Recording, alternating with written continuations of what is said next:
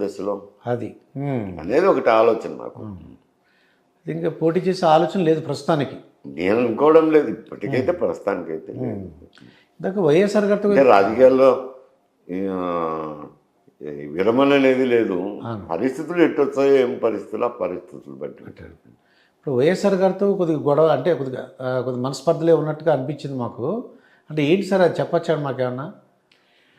అంటే మేము ఇది ముందు మా జిల్లాలో అయితే కనుక బసిరెడ్డి గారి గ్రూపు, ఆదినారాయణ గ్రూపులని 2 గ్రూపులు ఉంటుండే. 2 గ్రూపులు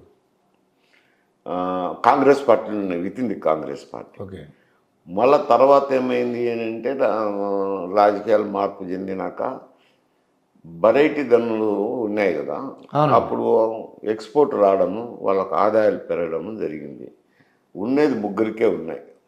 కొండాపురం వాళ్ళు రామనాథరెడ్డి గారని, ఇంకొక ఆయన కందులోలు రెడ్డి గారని, ఇటు రాజారెడ్డి గారు అంటే రాజశేఖర రెడ్డి తండ్రి గారికి ఈ 3 గన్నులు ఉన్నాయి.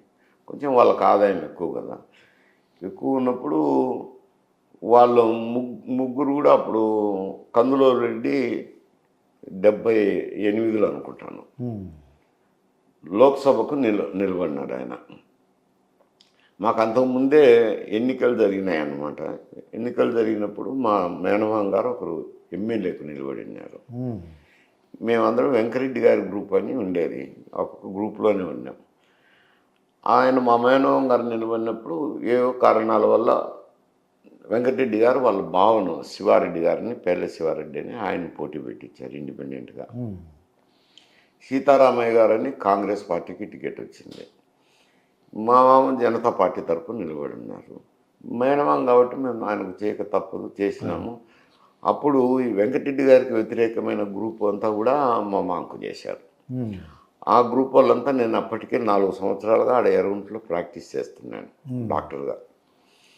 ఆల్మోస్ట్ ప్రీ ప్రాక్టీస్ వెళ్ళండి, ఏదో వస్తే కనుక ఎగ్జామిన్ చేసేది, మందులు రాయిస్తే తెచ్చుకుంటాను, ప్రీ ప్రాక్టీస్ చేసిన. అందుకని కొంత మంచి పేరే ఉన్నది.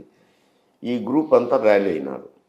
ఈ 78లో ఎన్నికలు వచ్చినప్పుడు ఈ గ్రూప్ అంతా మీటింగ్ పెట్టుకొని ఎవరికి చేయాలని. అప్పుడు బసిరెడ్డి గారి కుమారుడు ఒక ఆయన రఘునాథరెడ్డి లోక్దళ్ తరఫున, ఇంకొక ఆయన మూర్తి గారని జనతా పార్టీ తరఫున, ఈయన కందులూరు రెడ్డి గారు కాంగ్రెస్ పార్టీ తరఫున నిలబడినారు. నిలబడినప్పుడు మేము మాట్లాడుకున్నాం, అంత గ్రూప్ అంతా మీటింగ్ పెట్టుకొని ఎవరికి చేయాలని. అంటే అందరూ కలిసి ఒక 4గురిని, మీరు ఎవరున్నారు, మనం కందులూరు రెడ్డికి చేసేదానికి లేదు, ఎందుకంటే వెంకరెడ్డి గారికి బంధువు కాబట్టి మనం చేయలేము. మిగతా బసిరెడ్డి గారి కుమారుడు రఘునాథరెడ్డి లోక్దల్కా జనతా పార్టీకా, అది కడపలో పెద్దలు ఉన్నారు కదా మా గారు, మాట్లాడేసి ఒక నిర్ణయం తీసుకోండి, మీరు 4గురిని నియోజకవర్గం తరఫున ఒక 4గురిని పెద్ద మనుషులు పంపించినారు. నన్ను ఇంకొక 4గురిని, మండలానికి ఒక 4గురు. మేము కడప పోయినప్పుడు ఇప్పటికీ గుర్తు నాకు, ఎందుకంటే ప్రతాప్ లాడ్జ్ అని ఒక లాడ్జ్ ఉందండి. ఓకే. ఆ లాడ్జ్లో అంతకుముందే రామనాథరెడ్డి వాళ్ళు దిగినారు. ఆయన జమ్మలమూడు ఎమ్మెల్యేగా ఉన్నారు. ఓకే. కందులోబులికి వారికి ఆ మైన్స్ దగ్గర ఏదో తగాదా ఉన్నది. మేము పోయినప్పుడు వాళ్ళ మేనమామ గారు ఉన్నారు అక్కడ హోటల్లో. ఓకే. ఏమంతా కమలాపురం వాళ్ళంతా ఇటు వచ్చినారే అని అన్నారు. ఏదో ఇటు మేము ఎవరికి చేయాలని ఆలోచన చేయడానికి పెద్దోళ్ళు ఉన్నారు కదా, ఆలోచన చేయడానికి వచ్చినాము. అంటే ఎవరికి చేస్తున్నారని మేము ఆలోచన చేయాలా, పోయి ఇటు మధ్యాహ్నం దాని ఉండండి, మళ్ళీ ఆలోచన చేద్దాంలే, మేము కూడా కలుస్తాంలే మీతో అంటే. సరే వాళ్ళ పంచాయతీ ఏదో చేసుకొని అగ్రిమెంట్ చేసుకొని వచ్చినాక సరే మేము భోజనాలు చేసి ఏదో వచ్చి ఇంకా మాట్లాడదామని అంటే వాళ్ళు వచ్చి భోజనాలు చేసినా కూర్చొని మాట్లాడుతుంటే ఇంత లోపల శివరామకృష్ణ గారని ఆయన బద్వేలుకి ఎమ్మెల్యే జనతా పార్టీ తరఫున. ఓకే. ఎవరుంటారు అబ్బాయి, ఏముంటుంది అని ఆయన బెంగళూరు పోవాలనేసి వచ్చారు, 3 ఎమ్మెల్యే సర్దుకొని. ఆయన ప్రతాప్ కాడ రూమ్ కోసం ఉన్నాడు. మా వాళ్ళు ఎవరో చూసి ఏమైనా వచ్చినారని అంటే ఇటు వచ్చినామంటే ఆయన రూమ్ ఖాళీ ఉందిలే, ఏముంది ఆడ పోలేని రూమ్కి వచ్చినారా, ఇట్లా మాట్లాడాలని వచ్చినాము అని వాళ్ళు ఇట్లా అన్నారు అని అంటే సరే నేను ఉంటానులే. వాళ్ళు జనతా పార్టీ, ఈయన జనతా పార్టీ కాబట్టి ఆ శివరామకృష్ణ గారు, మేము కమలాపురం వాళ్ళు, ఈ కొండాపురం వాళ్ళు మేము మాట్లాడుకునే సమయంలో రాజారెడ్డి గారు కూడా వచ్చినారు. వచ్చి అదే లాడ్జ్లో ఆ వింగ్లోనే ఇచ్చినారు ఆయనకు. మేము 35, ఒకరు 36, ఒకరు 37. ఓకే. ఆయన 30 ఏళ్ళు ఆయన గురించి ఆయన ఆ తోగన పోతే ఏమంతా అడుగుతున్నారు అని అంటే మేము ఇట్లా అని నేను అంటే మేము జాయిన్ అవుతాము అని. కానీ వాళ్ళు మైన్ ఓనర్స్ కదా, మేమైతే ఏమనలేదు. నిన్ను ఏడని మేము నమ్మము బా, మళ్ళీ మీ కుమారుడు వచ్చి ఈ చేయమంటే నువ్వు నువ్వు చేయలేవు కదా కుమారుని కాదని, మీ కుమారుడు చెప్తే ఒప్పుకుంటాము అని వాళ్ళు రామనాథ్ రెడ్డి వాళ్ళు అభ్యంతరం పెడితే రెండోరు రేపు పొద్దున మాట్లాడదాం 9 గంటలకైతే దొరికాడు, మద్రాసులో ఉన్నాడు అంటే. ఇప్పుడు ఈ సెల్ ఫోన్ లేదు కదా, టెక్నాలజీ లేదు. అప్పుడు అక్కడ పోయి మాట్లాడుతున్నాం. ఇంకా వాళ్ళు ఏదో ఫోన్లో మాట్లాడుకొని ఒకరి మీద ఒకరు ప్రమాణం చేసుకొని అందరం కలిసే ఉన్నామని అట్లా గ్రూప్ ఫామ్ అయింది. ఓకే.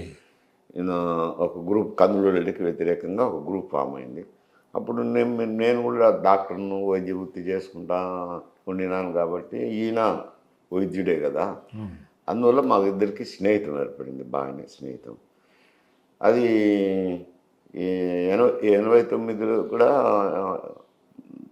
బాగానే కలిసి ఉన్నాం. 89 ఎన్నికలప్పుడు కూడా ఆయన పార్లమెంటుకు పోతానన్నాడు. అంటే వద్దు, ఎందుకు, ఇక్కడ గవర్నమెంట్ వస్తుంది, గవర్నమెంట్ వచ్చేటప్పుడు నువ్వు మంత్రి అవుతావు, నీ ఇంపార్టెన్స్ నీకు ఉంటుంది, వద్దని నేను ఎన్నో చెప్పిన, పలు విధాలుగా చెప్తే లేదు ఇక్కడ రాదు, కేంద్రంలో అయితే మళ్ళీ రాజీవ్ గాంధీ వస్తారు, మెజారిటీ తగ్గచ్చు, ఈడ రామారావుకు మెజారిటీ తగ్గుతుంది, ఆడ రాజీవ్ గాంధీ తగ్గుతుంది, ఆడ గవర్నమెంట్ వస్తే మనం ఆడపోతే మంత్రి అవుతాం కదా అని ఎంపీకి నిలబడినాడు. మేము మాకేం తప్పదు కదా, మేము ఎమ్మెల్యేకి నిలబడినాం. ఈడ కాంగ్రెస్ గవర్నమెంట్ వచ్చింది, ఆడ రాజీవ్ గాంధీ గవర్నమెంట్ కూలిపోయింది, ఈడ రామారావు పోయినాడు, మేము వచ్చినాం. వచ్చినప్పుడు 89లో నాకు రాలేదు ఏదో కారణాల వల్ల. మళ్ళీ 91లో మంత్రి అయినాము. ఓకే. మంత్రి అయిన తర్వాత ఒక బై ఎలక్షన్స్ వచ్చినాయి మళ్ళీ 70. బై ఎలక్షన్లు వచ్చినప్పుడు రాజశేఖర రెడ్డి గారు మళ్ళీ క్యాండిడేట్గా నిలబడతారు కదా, నిలబడినప్పుడు అక్కడ ఇండిపెండెంట్ అభ్యర్థి వేసింది ఒక ఆయన, వెంకట సుబ్బయ్య. ఓకే. ఏదో అక్కడ కారణాలతో ఆయన మర్డర్ చేసినారు.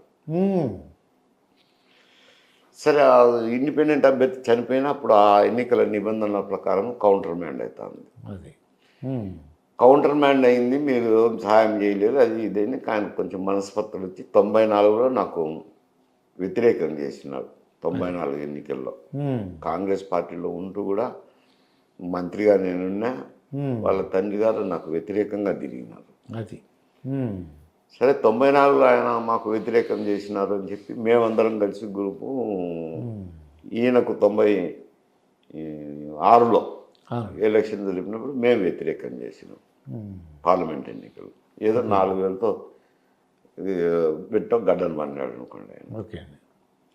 మళ్ళీ 98 వచ్చినాయి, మళ్ళీ మధ్యంతర ఎన్నికలు వచ్చినప్పుడు ఎందుకు ఒక్క పార్టీలు ఉన్నాడు, నువ్వు సారికి కొట్టాడుకోవడం ఎందుకు, కలిసిపోదామంటే కలిసి తిరిగినాము. ఎన్నికల్లో 98లో చేసినాం, మళ్ళా 1,00,000 ఓట్ల మెజార్టీతో గెలిచినారు. 99లో ఎన్నికలు వచ్చినప్పుడు ఆయన కూడా శాసనసభకి వచ్చా, అందరం ఉంటుంది. ఆయన సిఎల్పి లీడర్గా ఉండే, నేను సెక్రటరీగా ఉంటుంది. ఏదో ప్రైవేట్ పంచాయతీ ఉండి ఢిల్లీకి పోయినాను. ఆ పంచాయతీలో ఒక సైడ్ రామచంద్రయ్య గారు రాజ్యసభ మెంబరు, ఒక సైడ్ నేను పెద్ద మనుషులు అయితే సరే ఎక్కడ మాట్లాడదాము అని, ఏదో ఢిల్లీలోనే కూర్చొని మాట్లాడదాంలే అని ఆ పంచాయతీలో మేము ఢిల్లీకి పోయినాను. TV9లో ఉన్నారు ఒక ఆయన, రవిప్రకాష్ అని, ఇప్పుడు సపరేట్ ఛానల్ పెట్టుకున్నాడు. ఆయన ఎట్లా కనుక్కున్నాడో కనుక్కొని ఫోన్ చేసి ఫోన్ ఇంటర్వ్యూ తీసుకున్నాడు. నువ్వు PCC అధ్యక్షులను మార్చడం పోయినావా అని. సత్యనారాయణరావు గారు అన్నాడు. లేదబ్బా, అదేం లేదు, నేనేదో ప్రైవేట్ పని. ఏం ప్రైవేట్ పని? ఏంటో పంచాయతీలో ఏమని ఎట్లా చెప్తాను నేను, టీవీకి చెప్పలేదు కదా, ఏదో పర్సనల్లే అని చెప్పినాను. లేదు నువ్వు ఆయన మార్చమనే పోయినట్టున్నావులే, హైకమాండ్ కలవము అది ఇది లేదు అని నేను చెప్పిన. ఆయన టెలికాస్ట్ చేసినాడు. అది చూసి ఆయన అప్పుడు మేమంతా పోయి సిఫారసు చేసిన వాళ్ళలో మేము ఒక దివాకర్ రెడ్డి, మేమందరం కలిసి, భాస్కర్ రెడ్డి సార్ కూడా చెప్పినారు, అందరం కలిసి సత్యనారాయణరావుకే పిసిసి అధ్యక్షుడు ఇమ్మని. అప్పుడు సత్యనారాయణ రాజు అనే ఒక ఆయన ట్రై చేస్తున్నారు. ఇప్పటికి గుర్తు నాకు. సోనియా గాంధీ గారు సత్యనారాయణ రాజు సత్యనారాయణ రావా అని, అంటే మేము పోయిన గ్రూప్ అని, సత్యనారాయణ రావు మేడం అని మేము చెప్పినాం. సరే తుదక ఆయన సెలెక్ట్ అయినాడు, వచ్చినాడు పిసిసి అధ్యక్షుడు. అంత చేసినాక నేను పోయి ఆయనకు ఆపోజిట్ మార్చడం నాకేం పని ఉంది చెప్పాను. ఆయన తెలియకుండా చూడు ఏదో ఇట్లా టీవీలో వచ్చిందంట, నన్ను మార్చమని మైసూరారెడ్డి పోయినారు, ఆయన మీద యాక్షన్ తీసుకుని అని పిసిసి అధ్యక్షుడిగా రిక్వెస్ట్ చేసినారు రాజశేఖర రెడ్డికి. ఆయన సెక్రటరీ పదవి నుంచి తొలగించినాడు. 2004 వచ్చినప్పుడు ఏదో రవీంద్రారెడ్డి, డిఎల్ రవీంద్రారెడ్డి, శివరామకృష్ణ ఎందుకబ్బా మనం తెలుగుదేశంకి పోదామని అన్నారు. మళ్ళీ రవీంద్రారెడ్డి వెనక్కి పోయినారు అనుకోండి, మేమిద్దరం అట్నే తెలుగుదేశం జాయిన్ అయితే శాసనసభకు అడిగితే ఆయన లేదుగా లోక్సభ అన్నారు. తర్వాత లోక్సభ గెలవలేమని నేను కూడా చెప్పిన, పర్వాలేదు పోటీ పెట్టుకో, ఏమన్నా అయితే నేను చూసుకుంటాను అన్నాడు. మళ్ళీ రాజ్యసభ ఇచ్చినాను అనుకుని అట్లా విడిపోయాను. అదే అంతవరకు దానికి కారణం అది. అయితే రీసెంట్గా కోకాపేట హైదరాబాద్లో అంటే ఎకరం 100 కోట్లు వెళ్ళింది సార్. అది అసలు ఎప్పుడైనా మీరు ఊహించారా ఇంత ఇలాగా? ఇది హైదరాబాద్ సిటీలో కొంచెం డిమాండ్ ఉందండి. భూముల విలువలు అయితే పెరిగినాయి, బాగానే పెరిగినాయి, ప్రతి చోట పెరిగినాయి, అక్కడ కూడా పెరిగినాయి. కానీ అంత రేటు తగ్గచ్చు మళ్ళీ, అది ఎప్పుడు ఏదో పోయింది. కానీ దాంట్లో ఏదో అపవాదులు ఉన్నాయి. ఈ పక్కన భూములు ఉండే వాళ్ళకి కావాల్సి 1 ఎకరా కొని రేటు పెంచి ఎక్కువ పోతుందని రేటు పెంచుకునే దానికి కొన్నారు అనేది ఏంటో ఉండే ఆరోపణలు. కానీ జనరల్గా హైదరాబాద్ సిటీలో ప్రతి చోట భూమి విలువ పెరిగింది. ఇక మానవ సంబంధాల గురించి చూద్దాం సార్. మీరు ఉన్నప్పుడు అంటే మీ పిల్లలు ఏమన్నా సార్, సొంత పిల్లలు ఎంతమంది ఉన్నారు సార్? 2 కుమారులు. 2 ఎక్కడ ఉన్నారండి ప్రస్తుతం? 2 ఊరి దగ్గర మైండ్స్ ఉన్నాయి మాకు, నా వాళ్ళ గనులు, గన్ను వేసుకుంటుంటారు. ఒకడు మున్సిపల్ చైర్మన్. ఓకే. వాళ్ళు కూడా నా ఎలక్షన్లో పార్టిసిపేట్ చేయడానికి అవకాశం ఉంటుందా? ఏదైనా మాకు ఆర్థిక సమస్య కదా, అది వాళ్ళు ఎమ్మెల్యేకి నిలబడాలన్నా ఆర్థికంగా చూసుకోవాల్సిందే కదా. వాళ్ళు ప్రస్తుతం ఏ పార్టీలో ఉన్నారు సార్? వాడు వైఎస్ఆర్సీపీలో ఉన్నారు. అయితే మీరు మానవ సంబంధాలకు అప్పటికి తేడా ఉన్నాయంటారండి? ఇదివరకు ఉన్నప్పటికీ ఇప్పటికీ అంటే ఒక ఉమ్మడి కుటుంబాలు ఇవన్నీ కూడా ఉండట్లేదండి ఇప్పుడు ప్రస్తుతం. అంటే ఇప్పుడు మాదిరి ఏదో ఉద్యోగాలు వివిధ రకాల పనులు ఉన్నాయి కదా, పోతున్నారు కదా. అప్పుడు మాదిరి ఉమ్మడి కుటుంబాలు. ఇప్పుడు నేను పోతే మా తమ్ముని ఇంట్లోనే ఉంటాను. ఈ కొన్ని కుటుంబాల్లో ఉంటాయిలేండి, పనుల వల్ల అయితేనేమి, రకరకాల కారణాల వల్ల. అంటే మీ పిల్లల ఇంట్లో ఉంటారా అండి? అంటే మీ తమ్ముడి ఇంట్లో అన్నారు. నేను పుట్టింది పెరిగింది ఆ ఇంట్లోనే. నేను ఆన్నే గ్రామ సర్పంచ్గా ఉన్నప్పుడు ఆ ఇంట్లోనే ఉన్నాను. నేను ఎంబీబీఎస్ చదివేటప్పుడు ఆ ఇంట్లోనే ఉన్నాను. నేను తర్వాత సమితి ప్రెసిడెంట్ అయినా ఆ ఇంట్లోనే ఉన్నాను. మంత్రులుగా అంతేగా ఆ ఇంట్లోనే ఉన్నాను. పోతే ఇప్పటికి మా తమ్ముడు ఉన్నాడు ఆ ఇంట్లో, మేము 2 ఉంటాము. చివరిగా మీ ఆహారపు అలవాట్లు ఎలా ఉంటాయండి? ఇప్పుడు ప్రస్తుతం మీ ఏజ్ వలన మీరు డాక్టర్ కూడా కాబట్టి ఆహారపు అలవాట్లు ఏమైనా ఉన్నాయా? లేకపోతే ఆహారం నాకు పెద్ద అలవాటు కాదు, నేను తక్కువ తింటారు. ఓకే. బట్ నాన్ వెజిటేరియన్ అనేది ఉండాలి జనరల్గా, రోజు మార్చి రోజు అయినా ఉండాలి. నాన్ వెజిటేరియన్ ఉండాలి. నాన్ వెజిటేరియన్ ఏం తింటారు సార్? చికెన్ ఏం తింటాము, చికెన్ మటన్ అంతే కదా. అంటే రొయ్యలు, చేపలు, అంటే ఫిష్ ప్రోడక్ట్ తింటాను, తిన్నాను కూడా నేను ఏం లేదు. ఇంతకుముందు బాగానే తింటుంటే ఇప్పుడు ఏదో కొంచెం అలర్జీ వస్తుంది. ఓకే.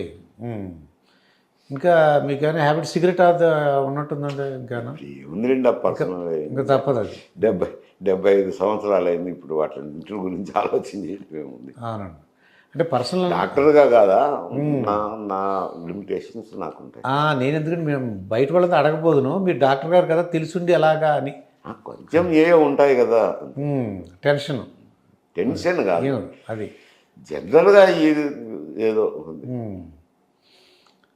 ఇదండి మన ఎంవి మైసూరారెడ్డి గారితో జరిగిన ఇంటర్వ్యూ. మరొక ఇంటర్వ్యూతో మీ ముందుంటాను. మీ దుర్గాప్రసాద్ మాస్టర్.